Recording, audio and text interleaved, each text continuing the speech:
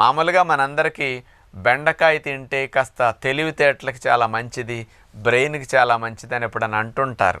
ఇది కరెక్ట్ అని కూడా స్పెయిన్ దేశస్తులు మరొక యూనివర్సిటీలో విషయాన్ని స్పష్టం చేశారనమాట.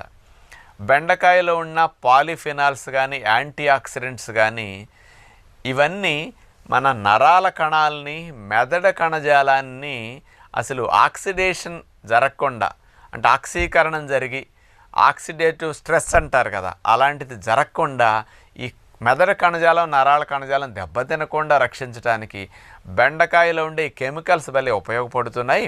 తద్వారా మెదడు కణజాలము, నరాల కణజాలము ఆయుర్దాయం పెరుగుతున్నది, ఎక్కువ కాలం పనిచేస్తున్నాయి.